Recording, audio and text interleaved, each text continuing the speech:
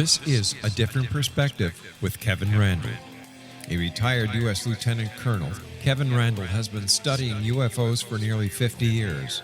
Kevin has investigated some of the most famous UFO cases in the world and has been consulted for dozens of documentaries about UFOs.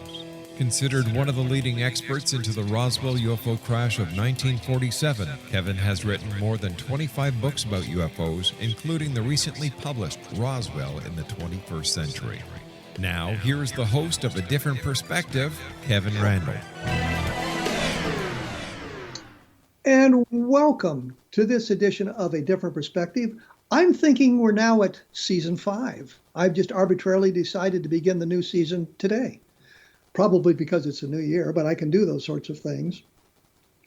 Before we get into depth in the ufology aspect of this thing, one quick comment here. It bothers me immensely, and I've talked about this a little bit before, and it's the people who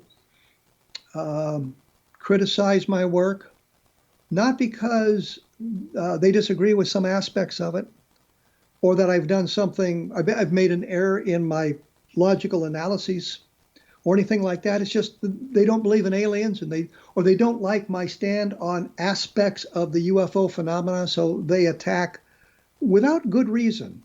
You know, if you want to chat with me or discuss things that I've written or said, I'm all for that. I think discussion is the way we work out our differences, but it's also the way we can move to the larger truth, whatever that truth may be. You know, I've been criticized for my stand on cattle mutilations, for example. I don't believe that there's an extraterrestrial element to them. I don't know why alien creatures would travel the interstellar distances to get to Earth to slaughter cows. Makes no logical sense. The investigations of them have been a little bit amateurish. They reject some of the proper explanations have been offered, and I've read all this stuff. But the point simply is, I periodically revisit that aspect of ufology because there might be something new, there might be something I've missed, there might be some direction we can go to answer those questions. And I have, in literally decades of looking into cattle mutilations, I've never discovered anything that moves me away from the idea that it's all terrestrially based. It's misidentification of predator damage. It's misidentification of scavengers. It's people slaughtering the cows for hoaxes, things like that. We never found any extraterrestrial component to that. And I've looked at literally dozens of them. My favorite was Dr. Jefferson Davis. I always remembered his name, Jefferson Davis, living in Wisconsin, and talking about a cow that had been mutilated in his area that he was the vet for. And he told me that the cow had been sickly from its birth, and that the farmer had probably done the mutilations himself, because if the cow died of natural causes, insurance didn't kick in. But if it had been killed and mutilated, then he got the insurance money. And I think that's kind of an aspect of it that we all need to look at. The point simply is, because of that attitude, or my attitude on abductions or crop circles or other aspects of the phenomena, I sometimes get attacked. And I don't think it's fair in today's environment. We see so much about cancel culture and all of that going on. I think there's an awful lot of that going on because you can hide behind your keyboard and make all these outrageous claims and then vanish into the woodwork so nobody can criticize you. I say to anybody, look at my military record. It's on file. You can see that I haven't really made anything up there. Look at my blog, vietnamgroundzero.blogspot.com, which is my mostly true stories of Vietnam. And I say mostly true, and here's why. And I think I've mentioned this before. I had believed, literally decades, that we left our Thanksgiving meal in the serving line because the flight was scrambled. I was going through the letters that I'd sent home during my time in Vietnam, and discovered that on Thanksgiving, we hadn't been at our home base. We had been deployed to Tay Ninh on some kind of special Thanksgiving mission, and whoever it was up there had promised to feed us there. We didn't get scrambled. We went to Tay Ninh. We stayed on the ground. The mission didn't come off. We went back to Cu Chi. On other occasions, the flight crews were scrambled. And I remember leaving the meals on the tables. I remember leaving meals on the serving line because the flight was scrambled in the middle of the day. So the idea that we did that on Thanksgiving wasn't quite true, but the fact is that we had done that in the past. And that's kind of my point there. So we'll move on from that sort of thing. I think that what we need to look at is what's going on with UFOs today in the congressional arenas and the promises of investigations, which began with the ATEP release of video data back a number of years ago now. From I think the data was collected in 2004 and 2015. The videos were collected at that time, showing some kind of an anomalous object on the heads-up display or the various sensor displays in the cockpits of fighter planes, Navy fighter planes. The Navy came out and said, yeah, these are real videotapes. And one of the problems I have with that is people interpreted that to mean, well, yeah, we're looking at real UFOs, real physical objects. And that really wasn't what the Navy was saying. What the Navy was saying, yeah, these things were recorded on our equipment in those fighter planes, but that does not mean it's an alien spacecraft. And I think a lot of people ran to the extraterrestrial much more quickly than they should have. But we looked at that, and it had gathered a lot of interest in the public arena, as well as people coming out of the woodwork saying, well, I was involved in these things, I saw these things.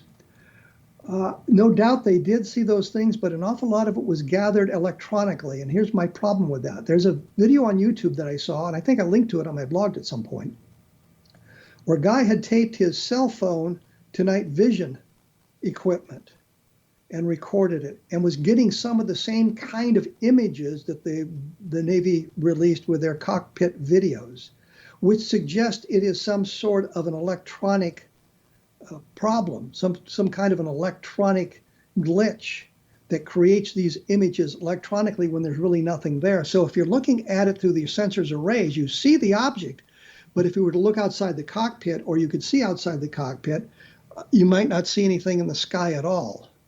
And I think that that's one of the things that we miss when we look at these sorts of things. We had the investigation that was an outgrowth of this that required a report to be given to Congress on June 25th of this year. And I always make note of the fact that's also the anniversary of the Custer Massacre, another great disaster in military history, at least for the United States Army, not necessarily for the Lakota. But the point simply is, that report told us nothing. They said, well, we had 144 reports and we only solved one of them. But how many incidents were there? You get multiple reports from one incident, and if so, how many incidents really were there? And what kind of investigation was conducted? It seemed, based on what went on, is that the mandate was given to the military or to the intelligence community to investigate these things, and they blew it off. They just paid no attention to it. And as the date approached and the news media became more interested in it, and there was more activity about reporting this, they realized they were going to have to come up with something. So they threw something together as quickly as they possibly could. They didn't invest a lot of time or resources in their investigation. And we ended up with this report that told us basically nothing. And there was a demand at that point that there would be another report within 90 days. Materials, and it's sort of related to disclosure. And that's disclosure is the idea that the government is going to come forth and announce exactly what they have in their files. And I think too many people in the UFO community think disclosure means they're going to show up and say, yeah, UFOs are real, they're extraterrestrial, and they've been here for literally thousands of years, if we go back to the ancient reports. I don't think that's going to happen. I thought when the videos were first released that we were moving toward disclosure, but then I see how it's been manipulated since then, and that we're not really moving toward disclosure. It's sort of more of a cover-up. But what's happened recently is Congress, of course, passed their big military budget in December, I believe it was, and one of the things in that budget was a requirement to create an investigative agency to look into UFOs. It was going to be It was going to be covered by the intelligence community, or the responsibility of the intelligence committee, and the military was going to be involved in this officially mandated, congressionally passed investigation into UFOs. And my first thought was, well, yeah, this is the first time they've done something like that, meaning passing legislation, but it's not the first time that something like that has been proposed. And then we go back to what I call Twining, the Twining memo. We're now in Twining 2.0, but Lieutenant General Nathan Twining was the commanding general of the Air Materiel Command in 1947, when the UFOs, the flying saucers, first appeared on the American landscape in the national media. And we look at that investigation in the summer of 1947. And according to Ed Ruppelt, who was one time the chief of Project Blue Book, looking at the documentation and the administrative files from that period while he was the chief of Blue Book, said that the Pentagon was in a panic. They didn't know what was going on. And you're thinking, okay, I understand that. Suddenly, Kenneth Arnold to see these strange things. Suddenly people are reporting them all around the country. Some of the people reporting them are military pilots. Some of them are scientists. Some of them are well-qualified people. And they don't know what's going on. Is this some kind of a Soviet invention that they're now deploying over the United States to spy on us? Is it some sort of a Chinese? I think at that time the Chinese weren't quite as technologically advanced as they are now. But was it some kind of communist weapon? Was there some kind of threat to the United States? And they didn't know what it was. As time passed, they realized the likelihood that it was a threatening proposition lessened. They didn't show up. The invasion fleets didn't show up. Nothing more was found, and they began to relax a little bit. A fellow named George Shogun, he was a brigadier general in an intelligence arena, with a fellow named George, he was a lieutenant colonel, I can't remember his name off the top of my head. But they put together a document they called basically an estimate of the situation and sent it to the Wright Field Air Materiel Command for review. Here is a number of UFO sightings or flying saucer sightings that we find particularly strange, perplexing. What do you think of these sorts of things? And I think they fully expected that the reply would be, this is a top secret project. You don't need to follow it any further. Forget it. We've got it handled. Instead, Twining wrote a letter. I think it was actually written by Howard McCoy, who was the chief of intelligence for him, wrote a letter that said basically the phenomenon, meaning the flying saucers, is something that is real. It's not a visionary or fictitious. It's a real phenomenon. And he required the creation of an official agency, military agency, classified investigation with a very high priority to get to the bottom of this thing. That was what was proposed by Twining within his authority to do so. Didn't need congressional approval or anything like that. There was something that he could do, set up this investigation into the UFO phenomenon, the flying saucer phenomenon as it was. It began officially, I think, at the beginning of the new year, which would have been January of 1948. And from that point on, we get to the mess we are in now. I'm going to take a break here and get back to this when we come back and fill you in on the history of that. Let you know that I am just finishing up a book, or just my book on level land UFO sightings has just been published or will be published tomorrow officially. It's available now on Amazon, so take a look at that. I will be back on the X Zone Broadcast Network right after this, so please stick around.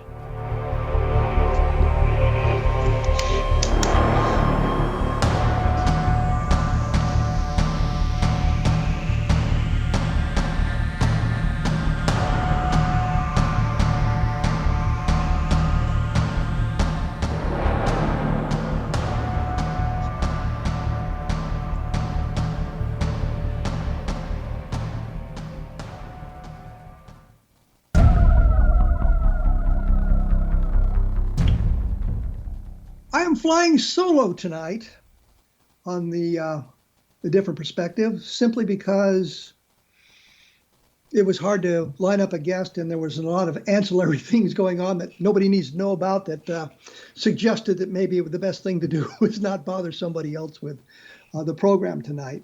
So we're flying flying solo, but I am doing my best to social distance by sitting all by myself in this room without anybody else around at the moment. Well, when we went away, I was talking about the Twining letter from September of 1947, setting up an official investigation into UFOs. And the idea was this would be a classified investigation. The name picked was Project Sign, but it was told to the press it was Project Saucer. I don't know why it was necessary for the deceit at that point, but that's what they did. So if you read a lot of the stuff from 1947, you'll see them, the reporters, the UFO investigators, the writers talking about Project Saucer, but it's really Project Sign. The name was eventually compromised, and we all know what it became. But the point is, here was an official investigation brought to us by, at the highest levels of the military. Lieutenant General Twining was in command of the Air Materiel Command. He would eventually become the Chief of Staff of the Air Force. So he was a very important general officer at the time, setting up this investigation.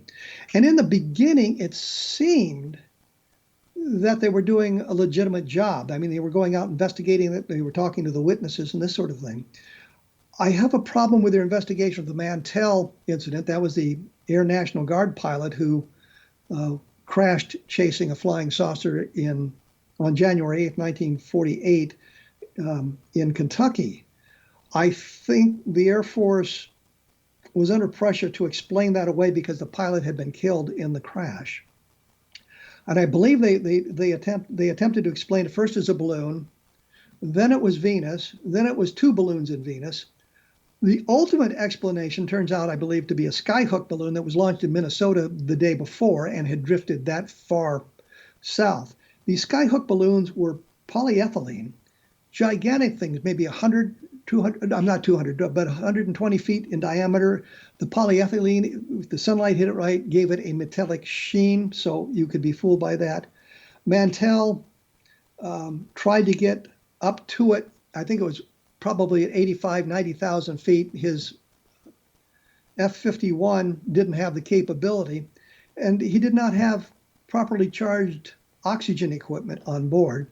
If you look at the medical investigations into anoxia and hypoxia, which is either complete lack of oxygen in blood or a very diminished amount of oxygen in blood, you find out without the supplemental oxygen at 20,000 feet, a person will have a useful consciousness, I believe, of about 10 minutes, meaning you have to have some kind of supplemental oxygen. Yes, there are people who live at high altitudes and they can do better at higher altitudes. But for the most part, people will lose consciousness after about 10 minutes at 20,000 feet without supplemental oxygen. Some people begin to exhibit the altitude sickness at 6,000 feet. So, it depends on who you are. At 25,000 feet, you might have 3 minutes.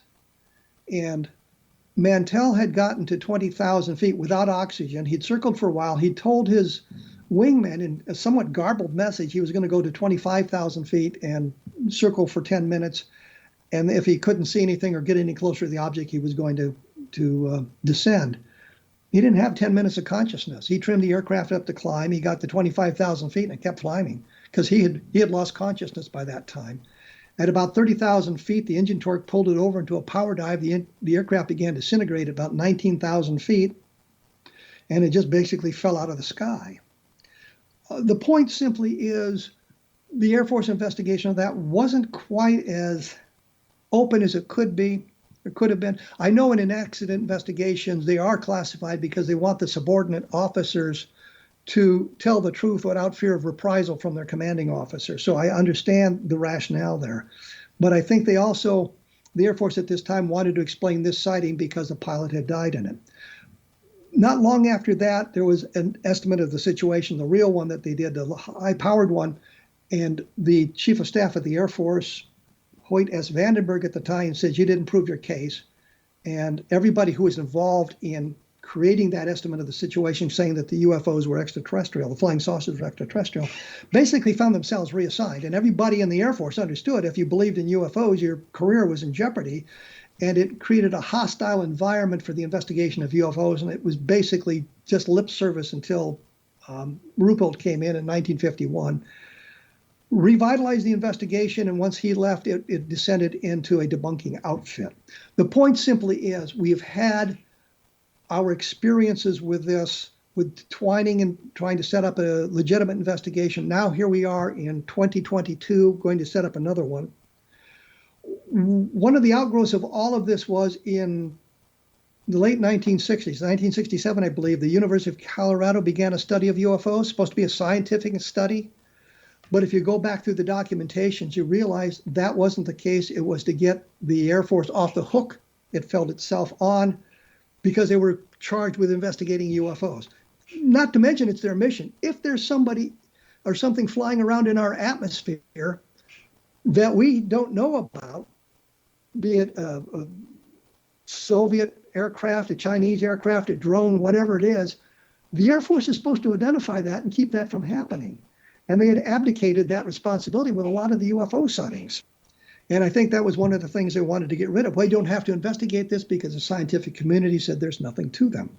So we had the Condon Committee, which was ostensibly a investigation of UFOs, a legitimate investigation, and yet they found exactly what the Air Force told them to find. There's letters dated in the beginning of the Condon Committee investigation telling the Condon Committee what to find. There's no threat to national security.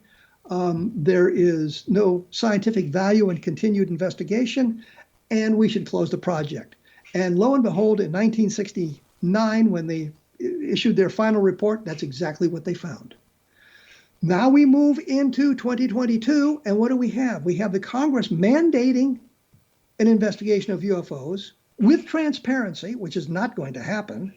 And I think we're going to end up with the same sort of thing. Maybe somebody will be enthusiastic about the investigation in the beginning, but I also think there is a real hesitancy in the upper levels of the intelligence community and the military to stay away from UFOs. NASA was once asked about investigating UFOs, and NASA, this was a number of years ago, and NASA said no, they want no part of it because they understood the ramifications of that kind of an investigation would have on the legitimacy of their organization. SETI never wants to look at UFO sightings, which, if we proved UFOs were extraterrestrial craft, kind of sets up their mandate for listening for signals from other civilizations, because we know there's at least one out there. So we have to look at all that, and now we're back to that point again, where Congress has mandated investigation and charged various communities, intelligence communities, military organizations with the investigation of it and who's going to be in charge. And that's all laid out in the documentation. And people are in the UFO community are excited about this. But I have reservations knowing the history. And you read the newspaper articles, the magazine articles about what's going on, and the reporters there don't understand the history of ufology. It takes somebody who's been around for a while. And I think that's the case in an awful lot of endeavors. You need somebody who's been around, regardless of the endeavor, to understand what's going on so that you can not be fooled by the history of what's going on. So we've got reporters who say, well, here's something brand new. We're the first time Congress has mandated it, and yet Congress held investigations into UFOs in the 1960s when the Michigan sightings took place in, I think it was March of 1966. It was Jerry Ford's congressional district, and so he was pressing for congressional investigation, and that happened. Nothing came of it, and then Jerry Ford became president. Now you would think, well, Jerry Ford's president, he's going to be able to find out more about what's going on, but I think he was thrown into a position where his priorities weren't on what's going on in the world of UFOs, but how do I deal with the Soviet Union and the various crises that I've inherited from President Nixon and that sort of thing. So I think when we look at this, I think what's going to happen, there's going to be some enthusiasm for the investigation in the beginning. It's going to taper off depending on who's running it and how they're running it and what their bosses seem to think about it and what the various instructions they operate under are. It's supposed to be a legitimate investigation. I have my reservations. I hope that it is, because it would validate an awful lot of the work that I've been doing and that sort of thing. But we've also seen the manipulation of the UFO field, and we can point to the deep state. And it doesn't matter what you think about the term deep state. We know that in the United States, at least, bureaucrats at the highest levels tend to stay in those positions regardless of the administration. So a Democrat may have appointed a lot of people into the highest positions of the State Department, Defense, Finance, whatever department you want, Treasury, whatever department you want to look at. When that administration ends, some of the top people, the very top people, move out, but the underling bureaucrats in the higher up positions, they remain, so that the Republican inherits those people, and they're manipulating the situations, they're manipulating the data. When that Republican is out of power, the Republican administration out of power, we replace the Secretary of State and the Secretary of Defense and some of these higher level positions, but the other bureaucrats remain where they are, and they're controlling the situation. They understand the institutional history of what's going on, so they can manipulate the situation. I had said, and I point this out in UFOs in the Deep State, that if I was the president, I could get the answers about UFOs because I'm the president. I call in my DCI, Director of Central Intelligence, and I say, Director, Mr. Director, I want to know everything you know about UFOs. And his response is probably going to be, I'll get back to you on that with Mr. President. I don't have that at my fingertips, and there's a number of agencies involved, and we'll collect the data and we'll prepare a report for you. Somehow that report never gets made, never gets written. The investigation never goes. And then other things come along to divert the president's attention. And we can look at Jimmy Carter, who DCI, Director of Central Intelligence, when he came into power was George W. Bush.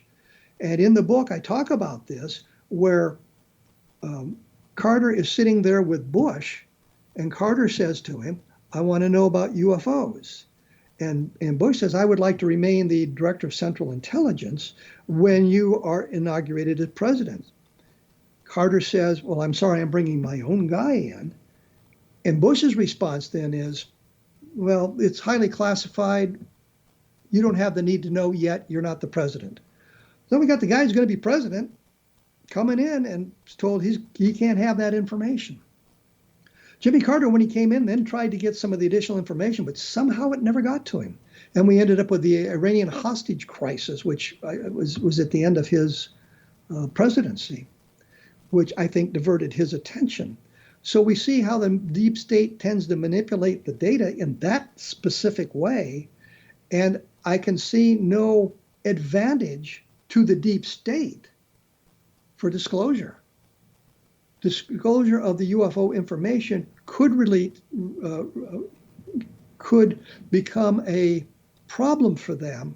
It could result in a decrease in their power, because suddenly they're saying there's another adversary out there who's more powerful than we are, that has access to technology that we do not understand.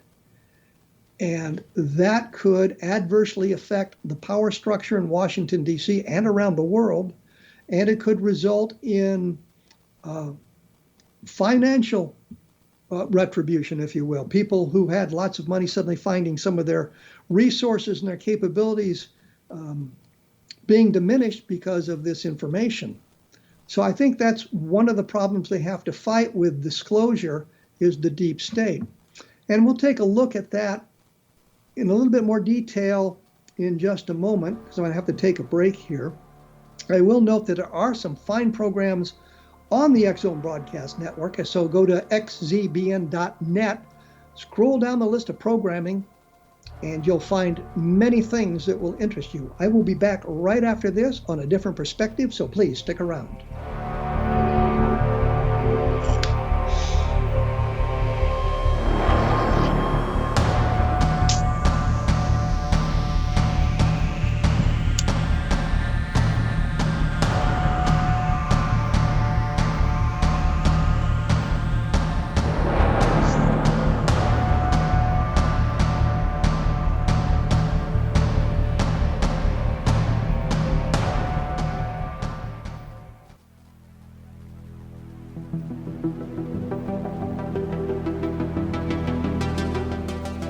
I said, I'm flying solo today, trying to hit some of the high points from last year, where things were going and where they might be, where they came from and where they may be going, I suppose I should say.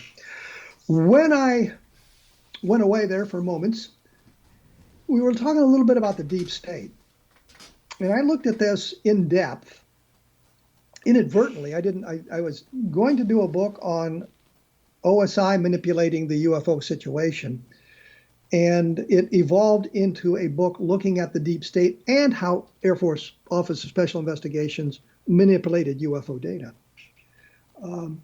But it also keyed me into this idea that while we vote for representation in the legislative branch and the executive branch, sometimes those people are more beholding to their benefactors, people who donated an awful lot of money to their campaigns. And so they look at their issues through that sort of a lens. You know, if I represent, we'll just pick Texas because we've had a lot of talk about oil production, or we could talk about North Dakota for that matter. But if legislation comes up that affects the oil industry in some fashion, those representatives from Texas or North Dakota or Alaska or some of these other states might find themselves pressured by big oil to vote a certain way. And I think that that's one of the things we have to remember in the way things work here, that there can be pressure. And there may be those outside the government, and certainly those inside the government, who don't want us to know everything that's known about UFOs by the government. There is a lot in there, and you find hints of it periodically. There was discussion in the Project Blue Book files about gun camera films. Supposedly lots of gun camera films from fighters intercepting UFOs, but there are very few films in the Project Blue Book files. So you have to say, where did those gun camera films go? And the next question becomes, if you were withholding those gun camera films because of the technology used in those fighters to intercept the UFOs, then I can understand why those wouldn't be in the Project Blue Book files, but they should be somewhere. And at this point in time, some of those old technologies are now obsolete and irrelevant. I think specifically Chester Lytle, who was quite the inventor, worked on the trigger for the atomic bomb at Los Alamos, for example, knew an awful lot of the high-ranking military people. He was a friend of Butch Blanchard, who was the commander at 509th Bomb Group in Roswell during the UFO crash there. So he had insight, and he told Don Schmidt and me at one point, he had been at Wright-Patterson Air Force Base, and F-4 Phantoms were engaged in a intercept of a UFO that they were watching real time through the television cameras in the fighters. You wonder where that information went. It didn't make it to Blue Book. There are cases in the Blue Book files that are just listed case missing. What was important about those? There are other cases that we know were submitted to the Air Force, never showed up there.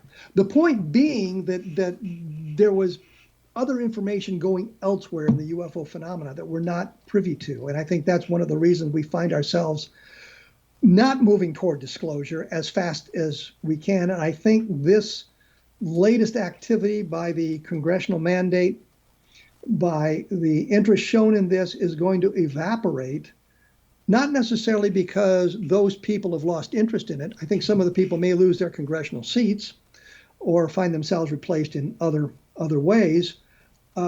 But because the public attention span is rather short. My attention span for UFOs has been like 50 years, but other people it's like 50 minutes. So I think that they've come to the point where they mandated this information. Now there's a period of waiting to see what the investigation is, getting it set up, how are we going to function, who all is going to be responsible, although some of it is laid out in the congressional mandate.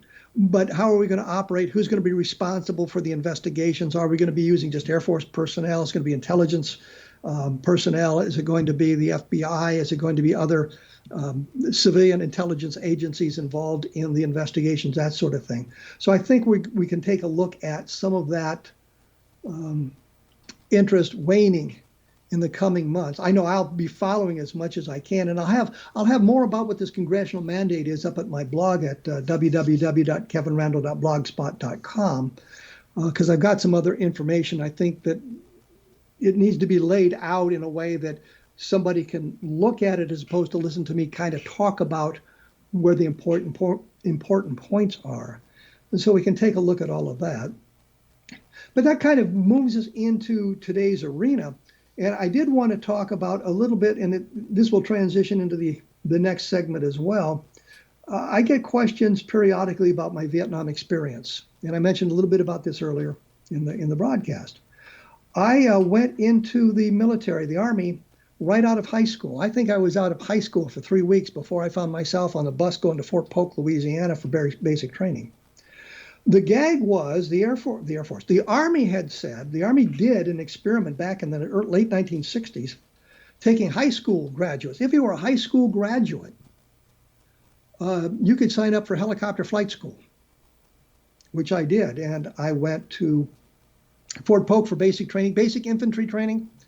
We all had it, basic infantry training. And then once that 8 weeks was over, you went to AIT, which would be, for some people, advanced infantry training. For the rest of us, advanced individual training. My AIT was flight school. I went to Fort Walters, learned how to fly helicopters there, learned tactics and other things, instrument flying, for example, at Fort Rucker, and then deployed to Vietnam. Spent a year in Vietnam. Actually spent 355 days in Vietnam. Got a 10-day drop, which meant I got to go home 10 days earlier than I was supposed to. So during that time, I was a helicopter pilot. I was an aircraft commander. I did practically every mission that helicopters did in the Vietnam. I actually flew Firefly, and that was the idea of the helicopter had a whole bunch of landing lights set up in the cargo compartment to shine down on the ground. And the gag was, they obviously used it at night, and it was to get the bad guys to shoot at you. And there were two gunships, one orbiting higher than the Firefly ship, and one orbiting lower, so that if you were shot at, they would roll in and neutralize the enemy in that respect. I did that one night because we had to evacuate our aircraft off Tay Ninh, and we ended up with the Dragons, which was the unit doing Firefly. And the pilot who was scheduled to fly the Firefly ship that night was a good friend of mine. I hadn't seen him in 6 months or 7 months after flight school. And he said, "You want to fly with us tonight?" And I said, "Sure, why not?" Not really, this is how you get killed, volunteering for missions like that. And we went out and did the Firefly mission one night. So I did Firefly for one night. Did smoke, and that was the ship that laid down a cloud of smoke around an LZ to kind of screen what was going on in the LZ from the bad guys if they were around. And Smokey was used even if there was nobody around. We did it periodically like that. So I mean, I did practically every mission. But I just mentioned this because periodically people will say to me, they don't believe I was in Vietnam or something like that. And I find it hard to believe that people who claim to be in Vietnam were there, because I know there were so many people who have claimed to be Vietnam veterans who never served in the military. They were just making up their stories. But I'm sure that in the past, and I know Stan Friedman had to have done this, was get my military record from the archives in St. Louis. And what he would have found when he got my records from the archives in St. Louis, that I was a helicopter pilot in Vietnam. I know at one point, after I had been discharged from the Army, I went to college, took Air Force ROTC. As a ward officer, I could take Air Force ROTC because I hadn't been commissioned, was the gag there. And after I got out of ROTC, I ended up as an intelligence officer. And I overheard Friedman ask a group of people once, was Randle ever a intelligence officer on active duty? And I'm thinking, you asked the wrong question, Stan. What you wanted to know is if I was ever an intelligence officer on extended active duty, because I had been an intelligence officer on active duty. After Iraq, I'd been an intelligence officer on extended active duty. Anyway, my military experience is pretty well out there for everybody to see. If you want to see, I guess, my more war stories, as I talked about a little bit earlier, you can go to www.vietnamgroundzero, all one word, vietnamgroundzero.blogspot.com, and you can find my relatively truthful remembrances of Vietnam. You also can go to the regular blog spot. I think there's a link to the Vietnam Ground Zero spot there to make it a little bit simpler. But I just wanted to point out that yes, I haven't really told any war stories that aren't true. I know that sometimes my memory has been somewhat faulty, and I have letters to correct me on that. I mean, the letters that I wrote home that collect my memories on that. So I try to make it as truthful and honest as possible, give you an idea of what it was like to be a helicopter pilot in Vietnam in 1968 and 1969. But where I was going with this, and I kind of want to get into this, is we get to the liars, the charlatans, the fakers that permeate the UFO field. And I think it's important that we take a look at that information and we attempt to validate it as much as we can, because when one of these charlatans is exposed, then it makes the entire field look bad and makes it much more difficult for us to get some of the information we need. I got into a discussion in the last 2 weeks about Philip J. Corso. And I was pointing out that I have a lot of trouble with Corso's book. As a retired lieutenant colonel, I understood an awful lot of what he was saying, and having investigated the Roswell case for literally decades, I knew where he was wrong. What he was saying was wrong. I've been involved in convoy operations, which is an integral part of this. I have been moving not classified material, but weapons, automatic weapons across state lines. And I point that out because to move an automatic weapon, especially 50 caliber machine guns and the like, across state lines, you have to go through an awful lot of paperwork because of the nature of the weapons you have. And I equate that to moving any classified material across state lines, going from one installation, say the Roswell Army Airfield, to Wright Field in 1947. And this becomes relevant with Corso because he claims that as they convoyed from Roswell to Wright Field, they did what we call a RON, remain overnight, at Fort Riley, Kansas when he was there. He was stationed at Fort Riley, Kansas in July of 1947. When they stopped overnight, of course, they parked the trucks probably in a, and I say probably, in a secure area, which the MPs would guard and that sort of thing. And I would suspect, and this is what we did, although we utilized the personnel there to help us augment the security, we had our own people there. We may not have used as many of our own people as we would have had we not had that capability of the assistance, but our own people were there. So we could watch our equipment to make sure it wasn't pilfered. Because periodically that happens on a military installation. I know you find it hard to believe, but periodically there is pilferage going on.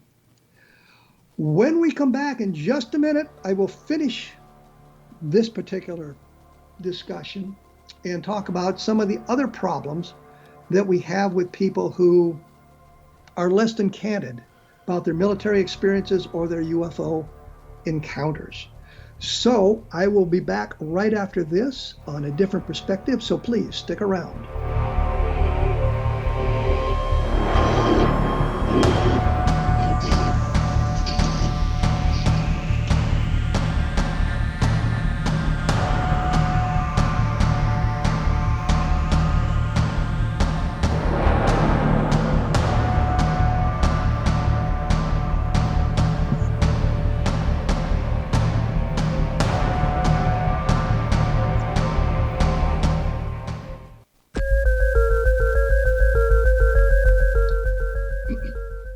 him back alone, talking about UFOs and things of that nature.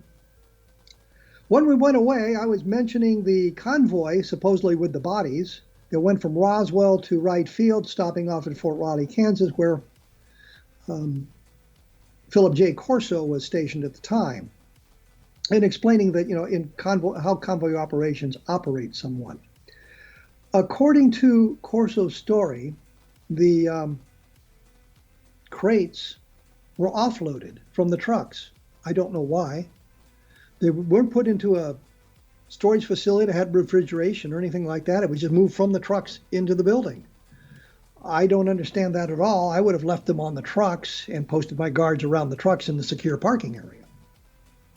Corso says that a friend of his, a master sergeant, and they were on the bowling team together, called him and said that he had to see this most incredible thing.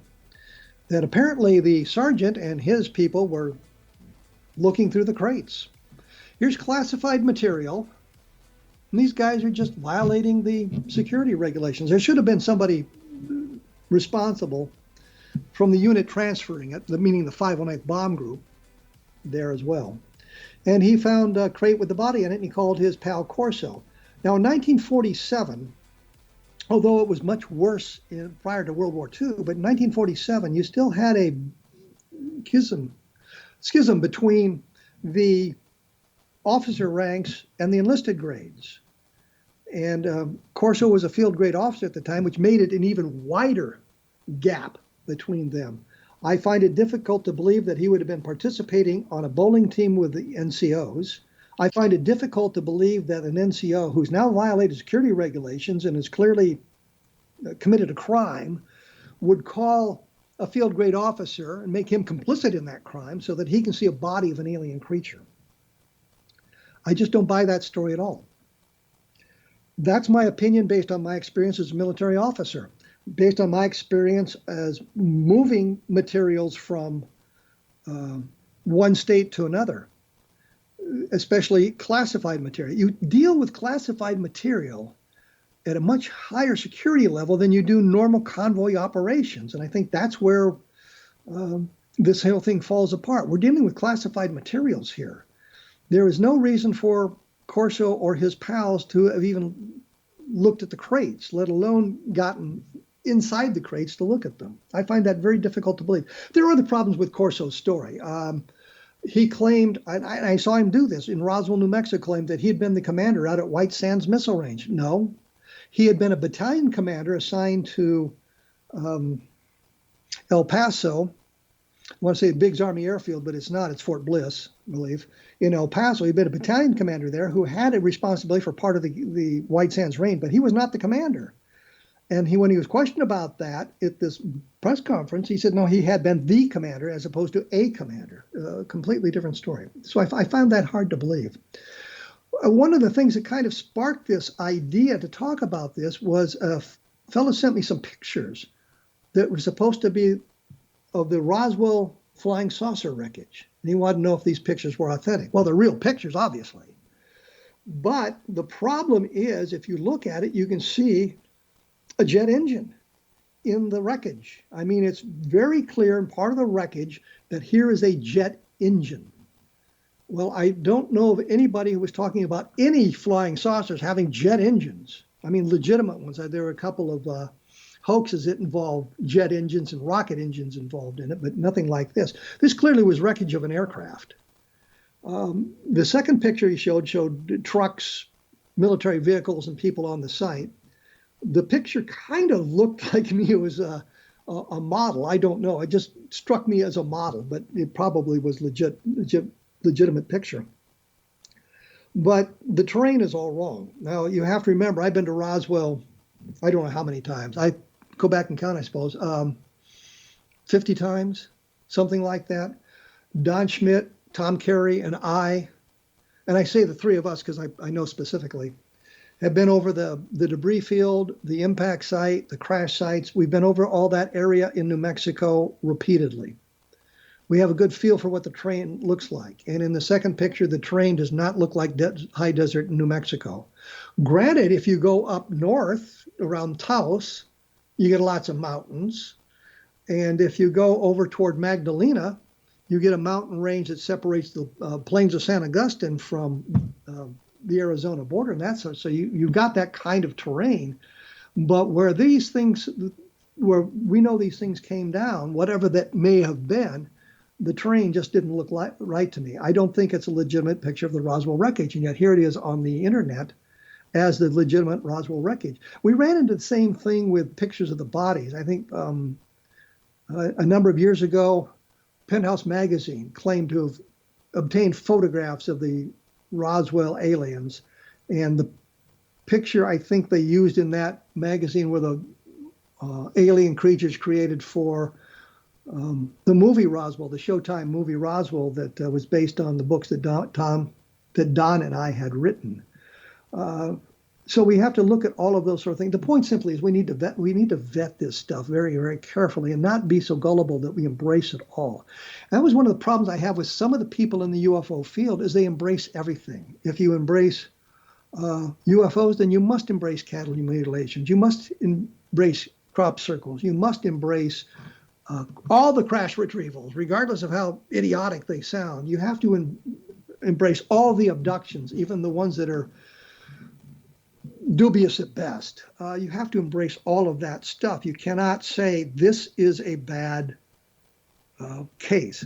Jerry Clark and I argue about the Childs Whitted case. That was the airline pilots from 1948, and they drew the object they had seen, a cigar-shaped craft with square windows on it and an exhaust out the back.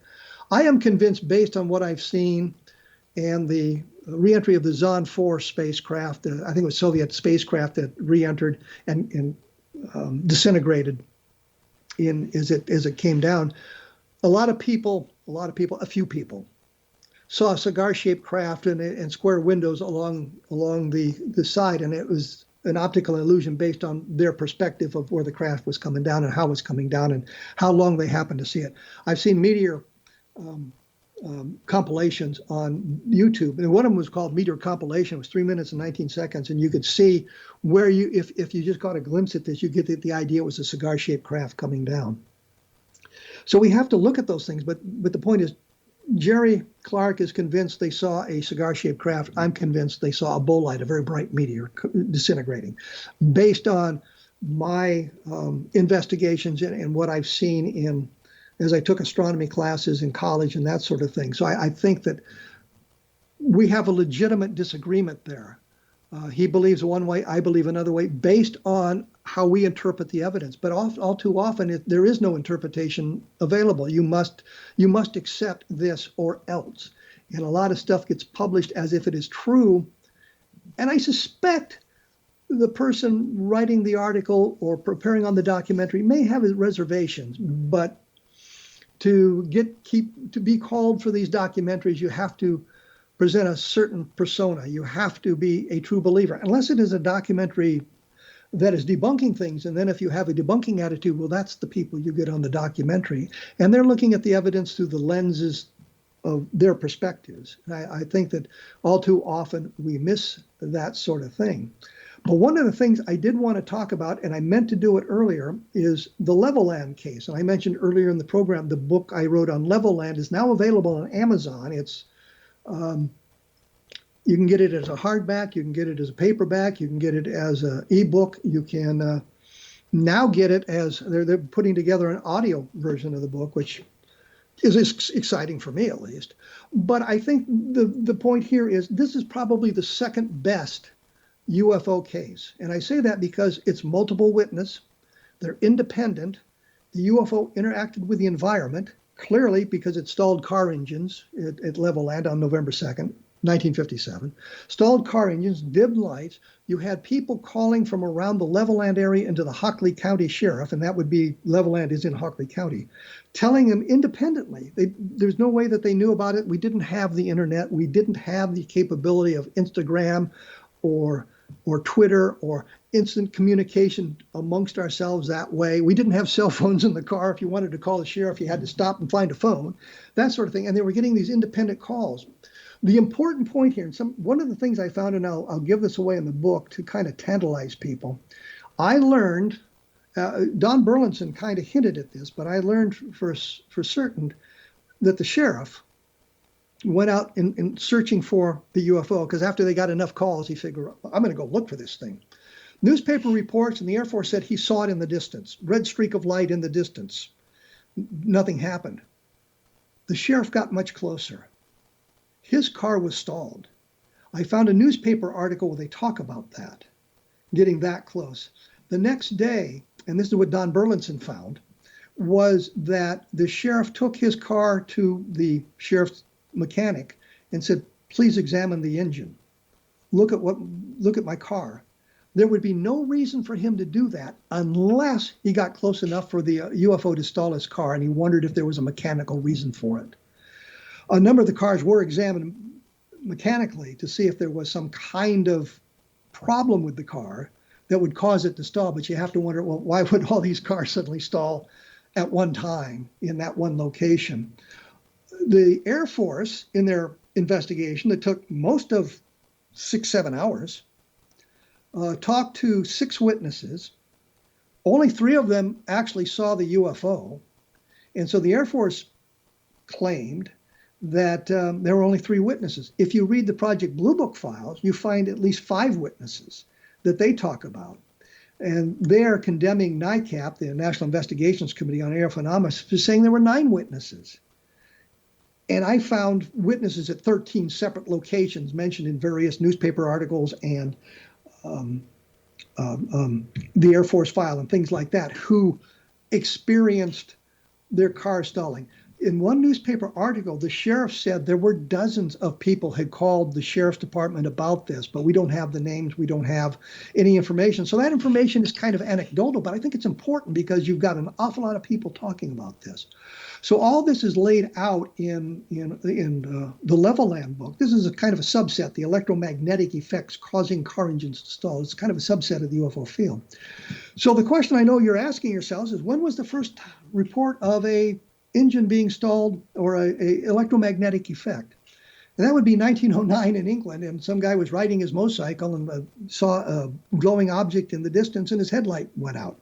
When the object disappeared, the headlight came back on. First, I guess, experience with an electromagnetic effect, and those continue on today. I just came across one from just last year where a car was stalled by a UFO. And there's kind of an interesting subset to this, and there's only like 3 or 4 cases that we could find, is that some of the car's paint colors changed, that they got close enough to this electromagnetic field. It changed the paint color of the car. And one guy got home, and his wife said, did he buy a new car? Because the car had changed, I think, from a green to a gray, or from a gray to a green. But it's, this is laid out in the book, but it's a kind of an interesting subset. So we see the UFO interacting with the environment. So I think if we're looking for evidence of the UFO approaches, and we're looking for multiple chains of evidence, we have the independent witnesses seeing the thing, we have the electromagnetic effect being reported. There would have been ways to determine if there was a strong electromagnetic field in the presence of the vehicles, had they done it in 1957. And if you ask yourselves, well, did Condon Committee look at the electromagnetic effects? The answer is no, not really. They didn't. Levelland is mentioned, I think, one time in their report. It says there was a big sighting in Levelland, Texas, and that's about it. I see by the clock on the wall that my time is pretty much expiring here. I do want to say, take a look at Levelland. I have a book coming out in March, an updated version on Project Moondust. I think that the people interested in the Moondust will be interested in taking a look at, which is kind of a redundant way of saying that, I suppose. I will return in 167 hours. If you've enjoyed this monologue, let me know, and we'll do it again in the future. If not, we'll make sure we find other guests. I will be having a guest on the show next week, so we'll have a discussion about UFOs in that fashion. So let me thank you for tuning in, and I will be back.